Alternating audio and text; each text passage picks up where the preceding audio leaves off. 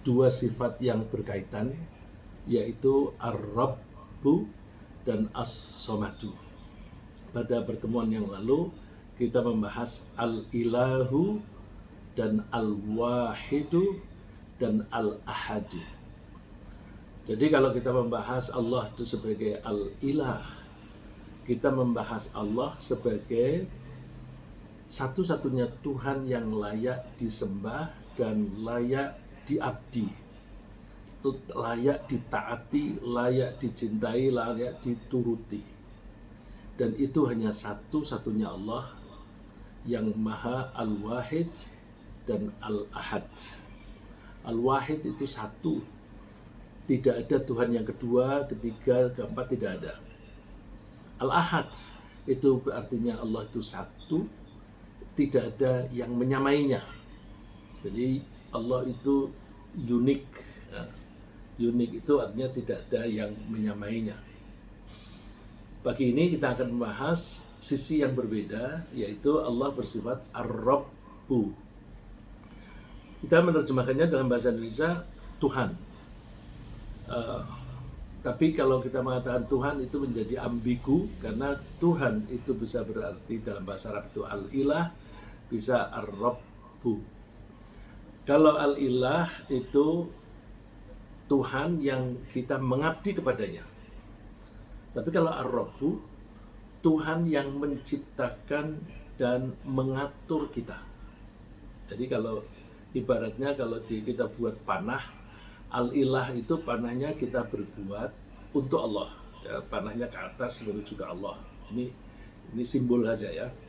Sedangkan Ar-Rabbu ke bawah panahnya, Allah menciptakan kita, merawat kita, memberi petunjuk kepada kita, membimbing kita, dan sebagainya.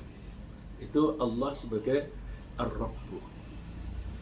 Kita kaitkan dengan As-Samad. As-Samad itu artinya tempat bergantung, atau tempat kita menuju bila kita mengharapkan bantuan. Karena Allah satu-satunya yang bisa menciptakan dan mengatur, maka selayaknya kita itu menggantungkan diri kepada Allah. Kalau kita tidak mau menggantungkan diri kepada Allah, itu tidak bisa diterima akal, karena kita tidak bisa mencari siapapun selain Allah yang bisa menciptakan dan bisa mengatur. Mengatur itu misalnya Allah itu mengatur semua benda dari bumi pasti jatuhnya ke bawah. Itu yang mengatur Allah.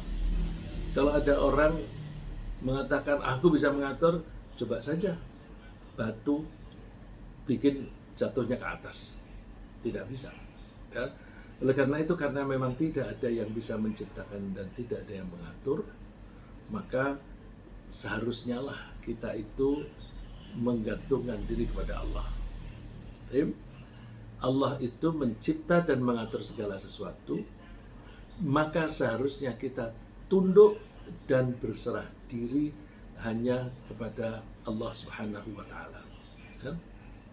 Mari kita lanjutkan pembahasan mengenai sifat-sifat Allah ini agar kita makin mencintai Allah, dan kita menjadi makin tentram hidup kita, makin harmonis, karena kita mengabdi kepada satu-satunya yang mencipta dan mengatur. Dan kalau kita selalu mengingat kepada Allah, hati kita tentram karena kita faham bahwa Allah lah yang melindungi kita, Allah lah yang menjamin rezeki kita, Allah yang membimbing kita, dan sebagainya. Nah, kita mencoba mendefinisikan Ar-Rabb secara sederhana, bahwa Allah disebut Ar-Rabb karena Dia telah menciptakan segala sesuatu, mengatur perilaku mereka masing-masing, memberi kebutuhan mereka, membangun situasi yang baik bagi mereka, membimbing mereka, dan sekaligus memiliki mereka. Dengan demikian, sebagai konsekuensinya, Allah adalah Tuhan yang kepadanya semua makhluk bergantung. Karena hanya Allah yang telah menciptakan alam raya ini, maka hanya Allah pula yang bisa mengatur segala urusan berkenaan dengan alam raya. Seperti yang difirman oleh Allah, Inna rabbakumullahu alladhi khalaqas samawati wal arda fi sittati ayyamin thumma istawa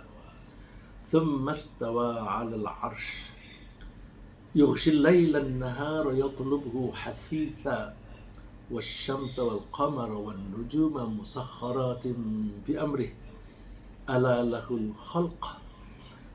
الخلق والأمر تبارك الله رب العالمين. Sesungguhnya Tuhan di sini yang mencipta dan mengatur kamu ialah Allah yang telah menciptakan langit dan bumi dalam 6 masa. Di situ disebut sittati ayyam. Ayyam jamak dari yaum. Dalam percakapan kita sehari-hari seringkali kita menyebut yaum itu kita artikan hari. Hari itu berputarnya bumi di porosnya 1 kali putaran, 1 hari 1 malam. Nah, itu disebut yaum. Yaum itu berapa lama tergantung ukurannya. Kalau kita mengukur dengan bumi kita, 1 hari ya 24 jam. Nah, hari yang disebutkan oleh Allah di ayat ini, kita tidak tahu Allah menggunakan ukuran yang mana. Karena Allah mempunyai planet banyak, dan semuanya itu dihitung dengan tepat sekali. Maka karena kita tidak mengetahui Allah menggunakan planet yang mana atau dengan rumus-rumus yang mana, maka sebaiknya kita tidak menerjemahkan yaum itu sebagai hari seperti hari kita 24 jam itu. Maka seringkali para ahli menyebutnya dalam 6 masa. 6 masa. 1 masa itu adalah periode. 1 periode itu bisa 1 miliar tahun, bisa 2 miliar tahun. Ya, kalau Profesor Baikuni memperkirakan, tentu tidak bisa tepat dan manusia tidak tahu. Memperkirakan 1 periode itu 2 miliar tahun. Kalau Allah menciptakan bumi dan langit itu 6 masa atau 6 periode, maka kira-kira 12 miliar tahun Allah menciptakan bumi dan langit. Yang benar seperti apa, wallahu a'lam, hanya Allah yang tahu. Thumma stawa 'alal 'arsy, kemudian Allah seringkali diterjemahkan bersemayam. Tapi tolong, bersemayam di sini jangan diartikan Allah bertempat tinggal di arasy. Karena arasy itu ciptaan Allah. Kalau Allah bertempat tinggal di ciptaannya, itu aneh. Sebelum arasy tercipta, Allah tinggal di mana? Dan kalau Allah itu tinggal di arasy, berarti Allah membutuhkan tempat tinggal. Padahal tempat tinggal itu makhluk. Maka Allah sebagai yang mencipta bergantung kepada yang diciptakan, itu mustahil. Maka kalau diartikan bersemayam, tentu artinya kias. Ya. Suatu saat kita bisa membahas itu. Yughshil lailan nahar, Allah itu menutupkan malam untuk menutupi siang, atau maksudnya menutup siang dengan malam dan menutup malam dengan siang dengan cepat sekali, ya. Dan diciptakan pula matahari, bulan, bintang-bintang yang masing-masing tunduk kepada perintahnya. Ingatlah, ketahuilah, menciptakan dan memerintahkan hanyalah hak Allah. Maha suci Allah, Tuhan yang mencipta dan mengatur semesta alam. Ya, jadi tidak mungkin ada orang yang bisa campur tangan di dalam penciptaan dan pengaturan ini. Menyadari bahwa kekuasaan Allah begitu mencakup segala sesuatu, kita manusia yang diciptakan di tengah-tengah semua makhluk yang lain mesti rela atau ridho diatur oleh Allah, dan ridho Allah sebagai Rabb kita. Dan mau tidak mau memang kita harus mengakui Allah sebagai Rabb kita, ya? Rasulullah bersabda, "Man qala hina yasma'ul mu'adzina asyhadu an la ilaha illallah wahdahu la syarikalah wa anna Muhammadan abduhu wa rasuluh, raditu billahi rabba." Poin saya di situ. Raditu billahi rabba wa bi Muhammadin rasula wa bil islami dina ghufira lahu dzambuh. Orang yang ketika mendengar adzan, dia lalu membaca ini tadi, syahadat asyhadu la ilaha illallah wahdahu la syarikalah wa anna Muhammadan abduhu wa rasuluh, dan mengucapkan raditu billahi rabba, aku ridho Allah sebagai Rabbku, aku ridho telah diciptakan oleh Allah, dan aku ridho diatur oleh Allah. Wa bi Muhammadir rasulah, dan aku ridho Muhammad sebagai utusan Allah. Wa bil islami dina, dan aku ridho Islam sebagai agama. Maka ghufira lahu dzambuh, dosa-dosanya akan dihapuskan, akan diampuni oleh Allah. Jadi harus ada pengakuan bahwa kita itu ridho kepada Allah. Orang kalau tidak ridho kepada Allah, pasti hidupnya sengsara, karena dia akan selalu berkeluh kesah, selalu merasa berat hidup ini. Dia mengharapkan situasi yang menyesuaikan dengan dia, bukan dia yang menyesuaikan diri dengan situasi. Orang yang mengharapkan situasi taat kepada dia itu mustahil, karena dua orang saja kita mengharapkan orang itu selalu berbuat sesuai dengan kita, itu tidak mungkin, karena setiap orang mempunyai pola pikir sendiri-sendiri. Masing-masing punya pola pikir yang mandiri. Maka kita tidak mungkin menyuruh situasi, termasuk manusia-manusia di sekitar kita, untuk berbuat seperti kita, karena nggak bisa. Dan dia mengharapkan begitu, maka dia akan keluh kesah dan hidupnya sengsara. Saya teruskan, kalau Allah memang adalah satu-satunya yang mengatur alam, mengapa ada orang yang mencari pengatur yang lain? Padahal kelak pada hari kebangkitan kita pasti juga akan kembali lagi kepadanya untuk pertanggungjawaban. Jadi karena Allah lah satu-satunya yang menciptakan dan mengatur, maka tidak layak kita mencari pihak lain. Allah berfirman sambil bertanya kepada kita, supaya kita itu bertanya pada diri sendiri, ya. Firman Allah mengajari kita supaya kita bertanya pada diri sendiri. Qul aghairallahi abghi rabban wa huwa rabbu kulli syai' wa la taksibu kullu nafsin illa 'alaiha wa la taziru waziratu wizra ukhra thumma ila rabbikum marji'ukum fayunabbi'ukum bima kuntum fihi takhtalifun. Katakanlah, apakah aku akan mencari Tuhan selain Allah? Tuhan di sini yang menciptakan dan mengatur. Wa huwa rabbu kulli syai', padahal Allah itu adalah yang menciptakan dan mengatur segala sesuatu.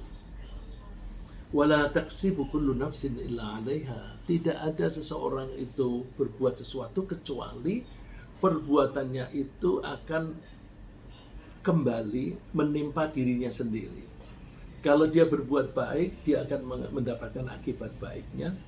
Kalau dia berbuat buruk, dia akan menerima akibat buruknya. Ini termasuk mekanisme yang dibuat, yang diatur oleh Allah.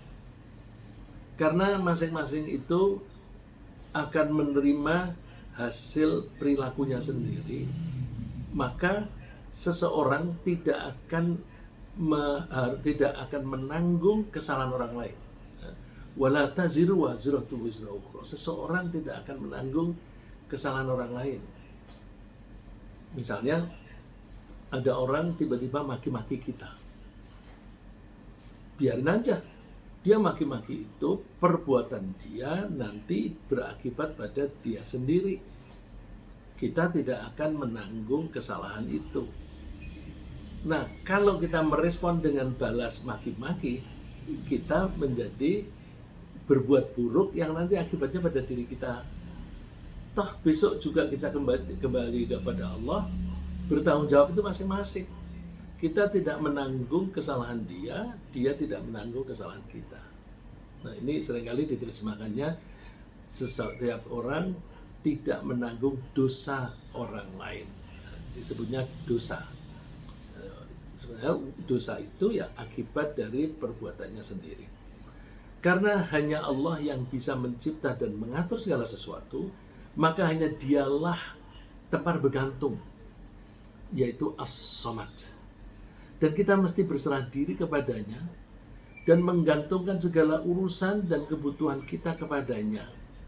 Kita tidak boleh menyandarkan hidup kepada siapapun dan apapun selain Allah, yang memang tidak mampu kita sandari. Tidak mampu kita sandari. Ketika menghadapi kesulitan atau musuh misalnya, kita minta tolong kepada Allah. Kalau Allah menolong kita, tak ada musuh yang bisa mengalahkan kita. Dan tidak ada problem yang tidak bisa diselesaikan.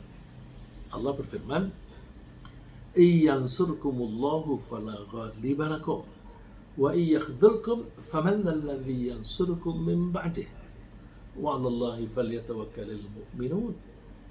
Kalau Allah sudah menolong kamu, tidak akan ada musuh yang bisa mengalahkan kamu. Coba kalau diperluas, kalau Allah sudah menolong kamu, maka tidak akan ada problem yang membuat kamu kewalahan. Ya, kalau ini ibaratnya musuh, kalau Allah sudah menolong, maka tidak akan ada musuh yang bisa mengalahkan kamu. Kalau musuhnya itu kehidupan sehari-hari, misalnya kita menganggap problem itu musuh. Kalau Allah sudah menolong, nggak ada problem yang bisa mengalahkan kita, nggak ada problem yang membuat kita kewalahan.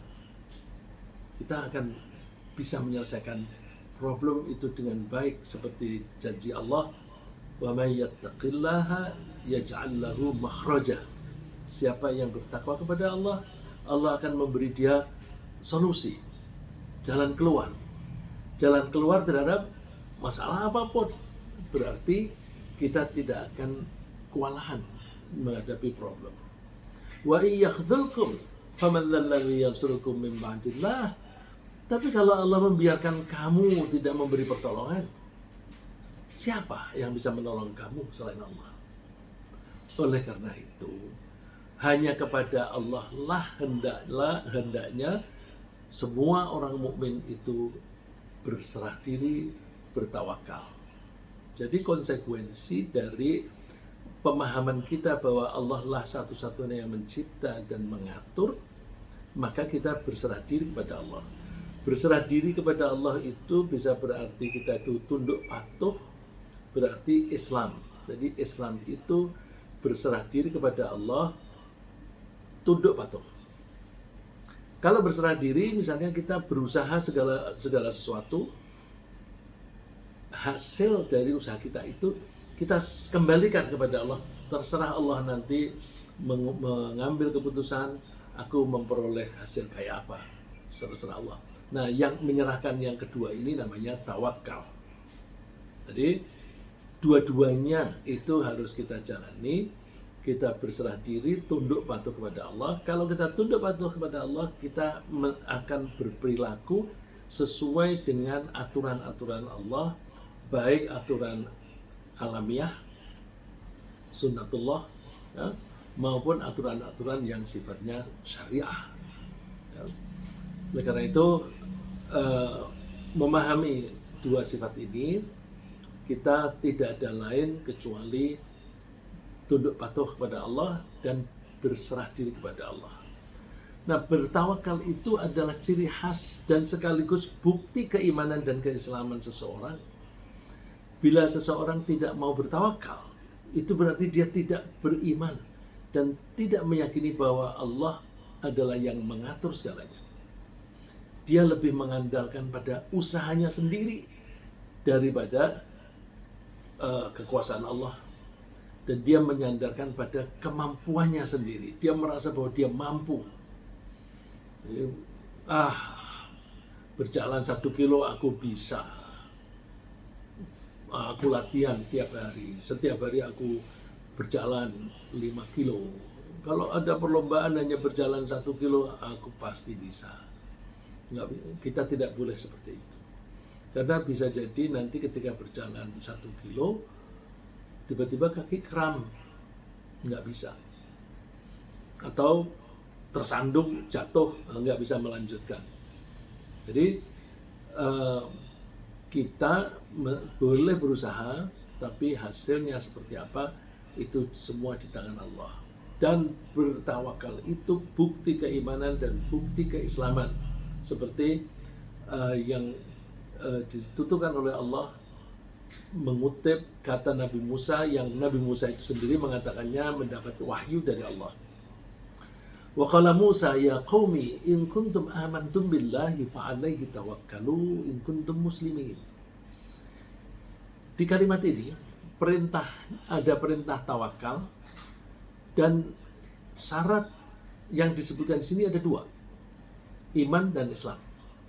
Pertama, jika kalian memang betul-betul beriman kepada Allah, maka kamu mesti bertawakal hanya kepadanya. Diulang lagi, kalau kamu betul-betul orang Muslim.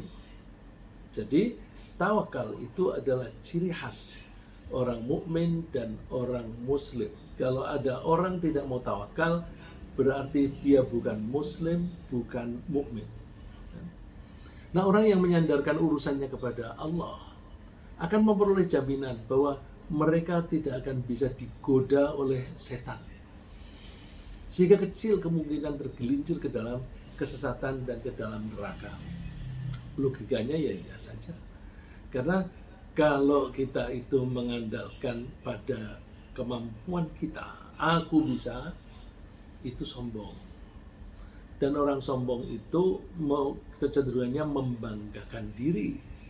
Kalau ternyata dia gagal, orang yang sombong kemudian gagal, dia akan sedih dan bisa frustasi. Frustasi itu sendiri sudah siksaan di dunia.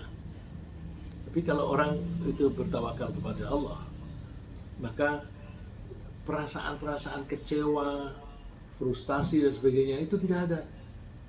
Karena tidak ada, maka setan tidak punya jalur masuk untuk menggoda. Setan itu menggunakan emosi-emosi negatif kita sebagai pintu masuk untuk menggoda kita. Kalau orang bertawakal, emosi-emosi negatif itu nggak ada. Karena nggak ada, seolah-olah itu tertutup bagi dia.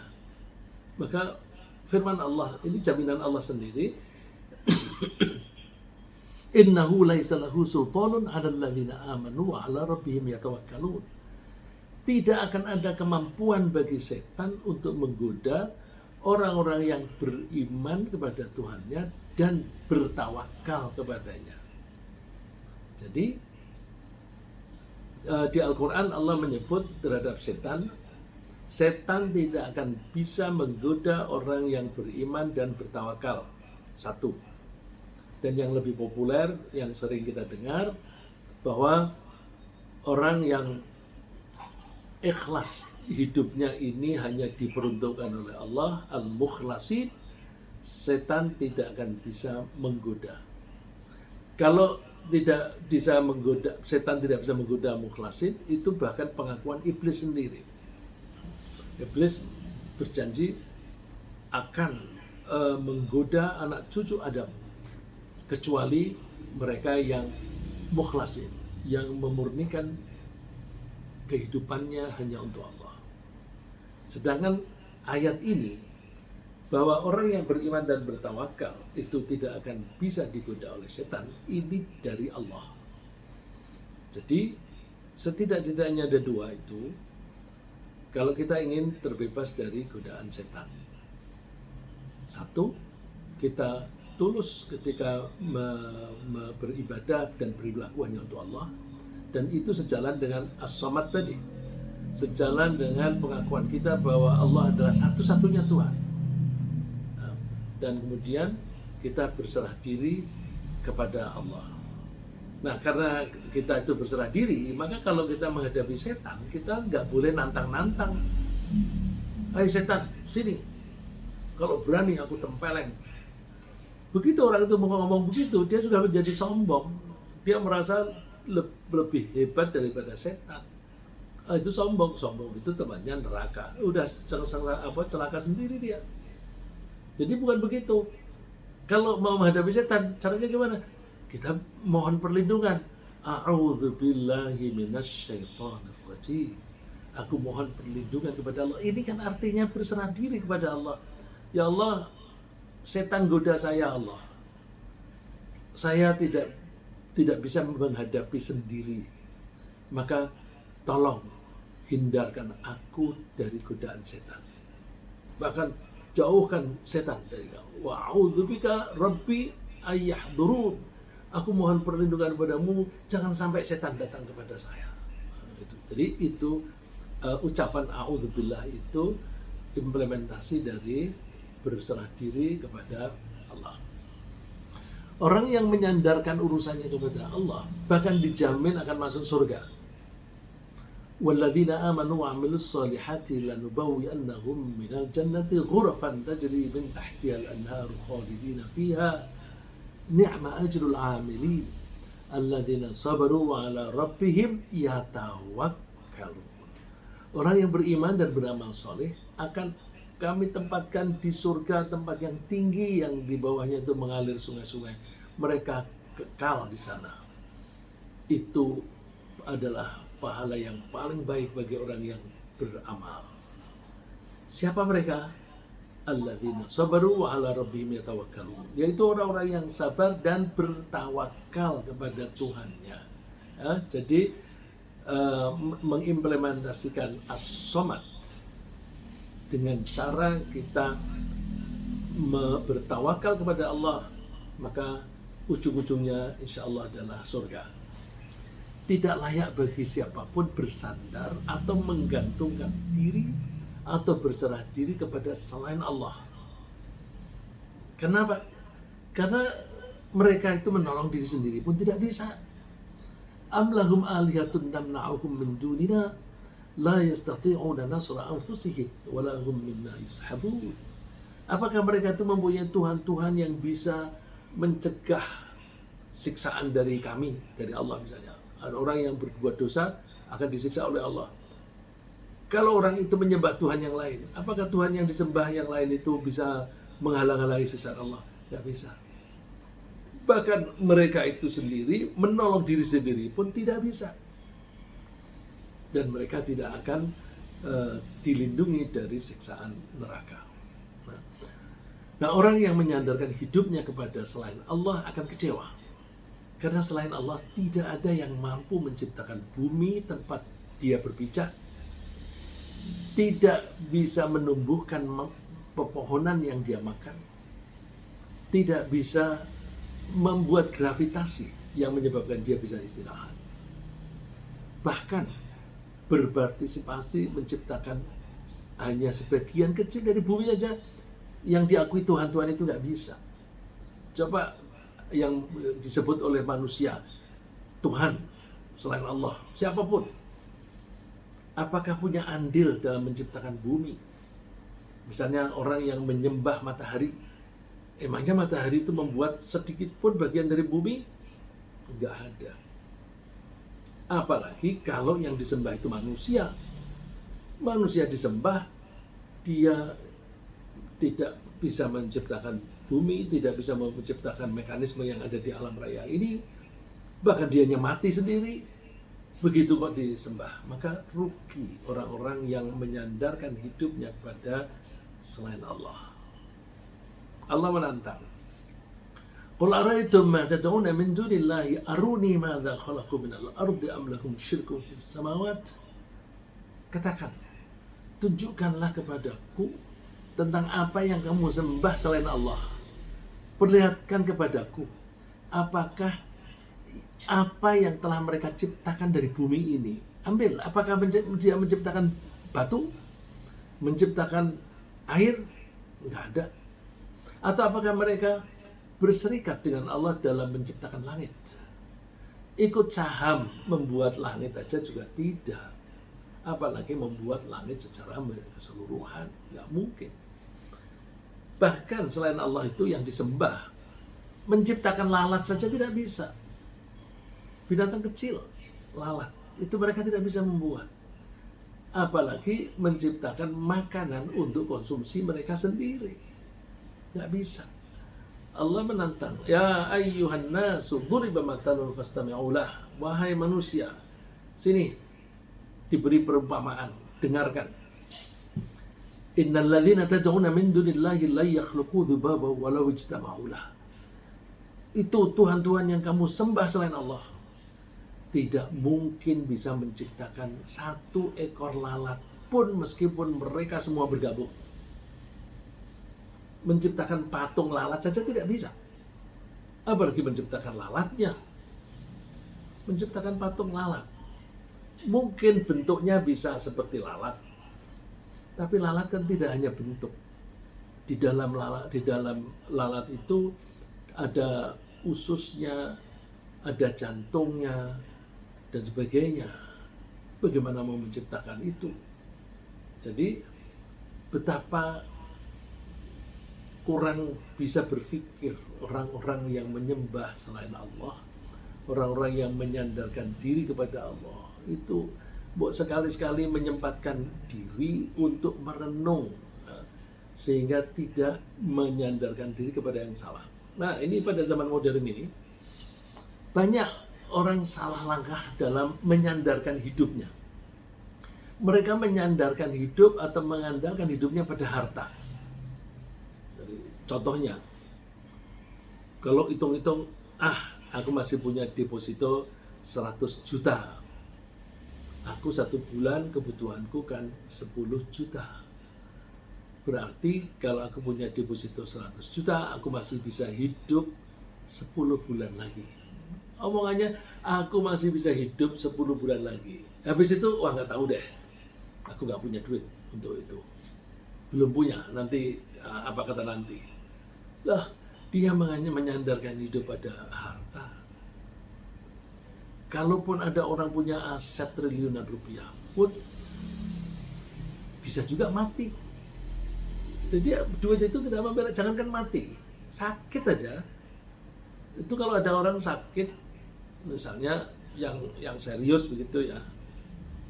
Lalu misalnya ada dokter yang menjamin, kamu kalau mengeluarkan biaya 1 triliun untuk ini dan sebagainya, kamu akan sembuh. Mau nggak membiayai 1 triliun? Mau gitu. Tapi aku akan mesti sembuh, belum tentu. Ya. Jadi tidak bisa duit menolong seseorang. Dan itu anehnya di zaman modern, banyak orang yang mengandalkan hidupnya pada harta karena mereka menganggap bahwa hidup ini yang penting adalah duit, lalu mereka mengekor pada duit. Mereka disuruh melakukan kejahatan asal ada duit, mereka mau. Misalnya, kamu mau nggak membunuh si A? Aku kasih 100 juta. Oh, banyak yang mau itu. Ya. Jadi, jangan menyandarkan harta, itu musyrik, itu mencelakakan. Wailul likulli humazatin lumazatin alladzi jama'a malahu 'addadah yahsabu anna malahu akhradah. Kecelakaanlah bagi orang yang suka mengumpat dan suka mencela. Mereka itu sukanya mengumpulkan harta dan menghitung-hitung. Dihitung-hitung tadi tujuannya apa? Yahsabu anna malahu akhradah. Dia mengira bahwa hartanya itulah yang membuat dia kekal. Harta itulah yang membuat dia survive. Lupa bahwa yang membuat dia hidup itu Allah. Maka yang menjaga kehidupan juga Allah. Nah, kelak di akhirat, harta dan juga kekuasaan juga tidak bisa menolong. Karena semua telah hancur bersama dengan hancurnya bumi dan langit di hari kiamat. mereka menyesal.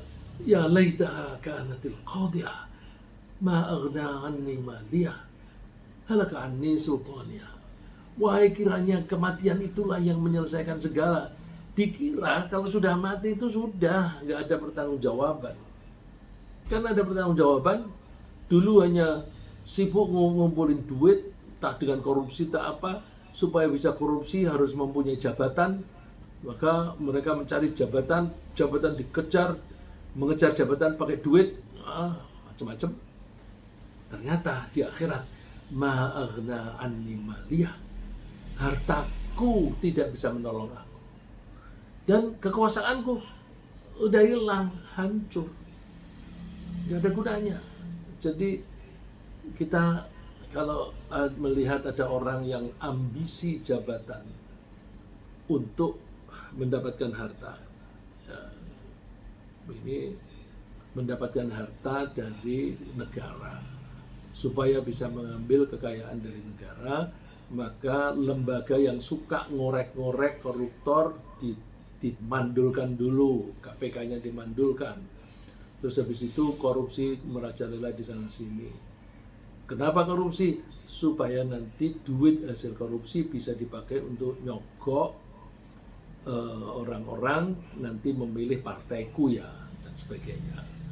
Nah itu mereka mesti sadar, someday pasti akan mati dan akan diminta pertanggungjawaban. Ya, karena memang hanya Allah yang maha mengatur segalanya, maka ketika berdoa selayaknya kita menyebut Allah sebagai Tuhan yang mengatur, yaitu menyebut Allah sebagai Rabbana. Rabbana, wahai Tuhan yang telah menciptakan dan mengatur kami.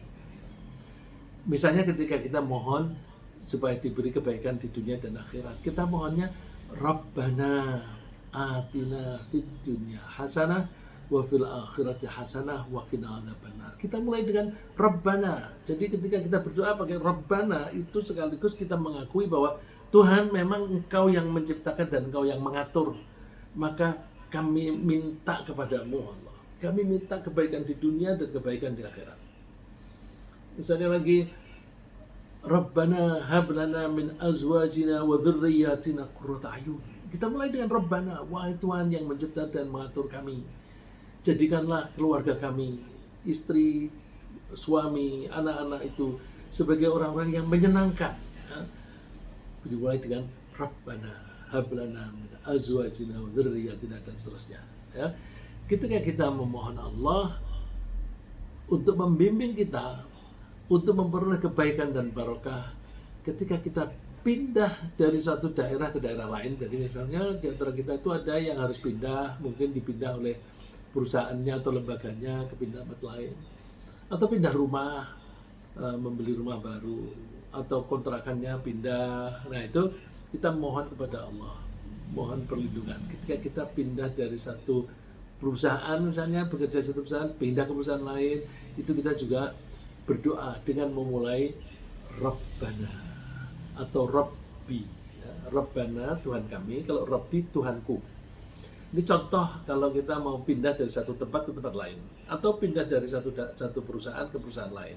Kita mohon, wa qur rabbi adkhilni mudkhala sidqi wa akhrijni mukhraja sidqi waj'al li min ladunka sultanan nasira. Katakanlah, ya Tuhanku, Tuhan di sini Rabbi, masukkanlah aku dengan masuk yang benar, dan keluarkanlah aku dengan keluar atau dengan cara keluar yang benar, dan berilah kepadaku dari sisimu kekuasaan yang menolong. Doa ini diucapkan oleh Rasulullah ketika hijrah, pindah dari Makkah ke Madinah. Jadi ada perpindahan, maka kita mohon kepada Allah, mudah-mudahan keluarnya dari Makkah ini baik, mudah-mudahan masuknya ke Madinah juga baik.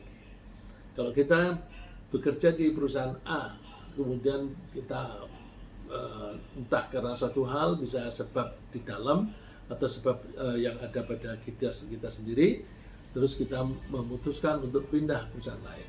Nah, kita mohon kepada Allah bahwa mudah-mudahan keluarku dari perusahaan A ini baik dan masukku ke perusahaan B ini baik. Ya.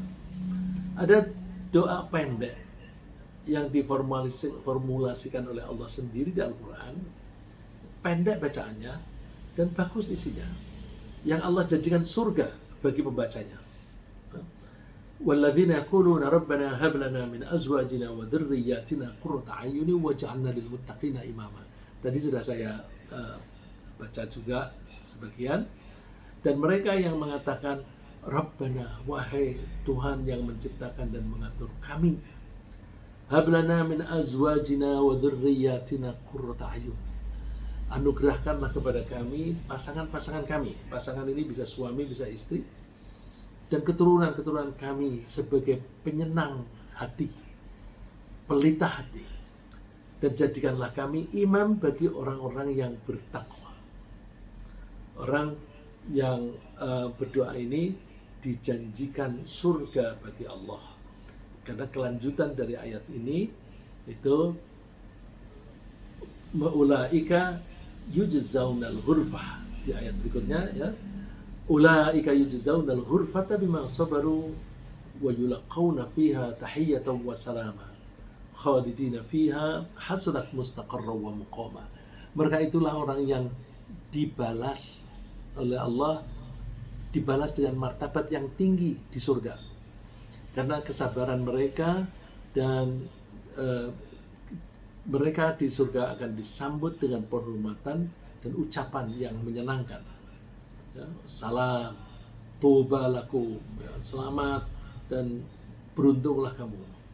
Mereka kekal di dalamnya, dan surga itu sebaik-baik tempat menetap dan tempat kediaman. Saya kira sementara begitu, mudah-mudahan nanti kita bisa kembangkan melalui tanya jawab. Ya, ringkasnya, Allah satu-satunya yang menciptakan dan mengatur alam raya, maka kita menyandarkan diri hanya kepada Allah dan kita rela diatur olehnya. Tidak layak bersandar kepada yang lain yang tidak memiliki apapun, tidak bisa menciptakan apapun, dan tidak bisa menolong diri sendiri. Kewajiban kita bekerja keras, lalu kita serahkan hasil akhirnya kepada Allah. Tawakal itu bisa menjauhkan kita dari setan dan mendekatkan kita ke surga. Ketika kita berdoa, kita mulai dengan menyebut Allah Rabbana sebagai Tuhan yang menciptakan dan mengatur. Mudah-mudahan Allah menjadikan kita hamba-hambanya yang mengabdi hanya kepadanya dan menyandarkan diri hanya kepadanya. Amin.